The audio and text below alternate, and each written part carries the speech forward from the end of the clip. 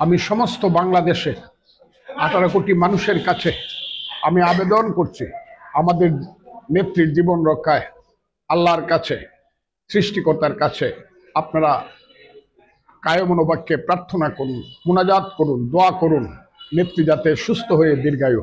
আমার অত্যন্ত প্রিয় এবং সম্মানিত ইটনা অষ্টগ্রাম মিঠামইনবাসী, আমি আপনাদের প্রতি আমার সালাম জানাচ্ছি। আমি যে বিশেষ কথাটি বলার জন্য আজকে আপনাদের সামনে উপস্থিত হয়েছি,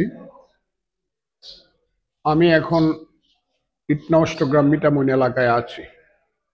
এখানে আসার পরেই জানতে পারলাম আমাদের নেত্রী, দেশ নেত্রী বেগম খালেদা জিয়া, যিনি বাংলাদেশের 3 বারের প্রধানমন্ত্রী, তার জীবন অনেক বেশি সংকটাপন্ন হয়ে পড়েছে।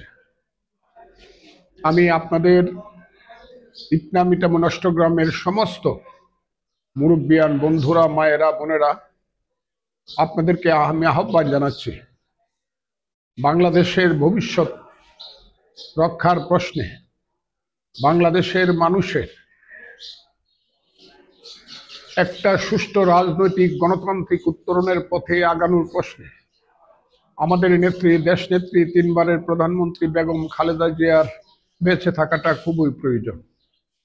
আমি আপনাদেরকে আহ্বান করছি, আপনারা আল্লাহর কাছে কায়মনোবাক্যে দোয়া করুন, আমাদের নেত্রী যাতে সুস্থ হয়ে ওঠেন এবং এই দেশকে আবার নতুন করে নেতৃত্ব দিয়ে আজকের এই দুঃসহ অবস্থা থেকে জাতিকে উত্তরণ ঘটাতে পারেন। সেই কারণে আমি সবার কাছে নেত্রীর জীবনের জন্য দোয়া করতে আমি আহ্বান জানাচ্ছি।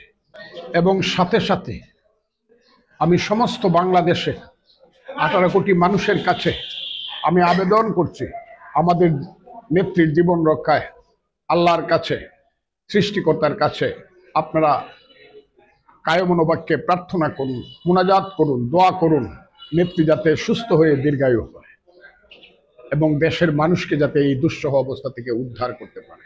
এটাই আমার আপনাদের প্রতি আবেদন। আপনাদের সবাইকে ধন্যবাদ।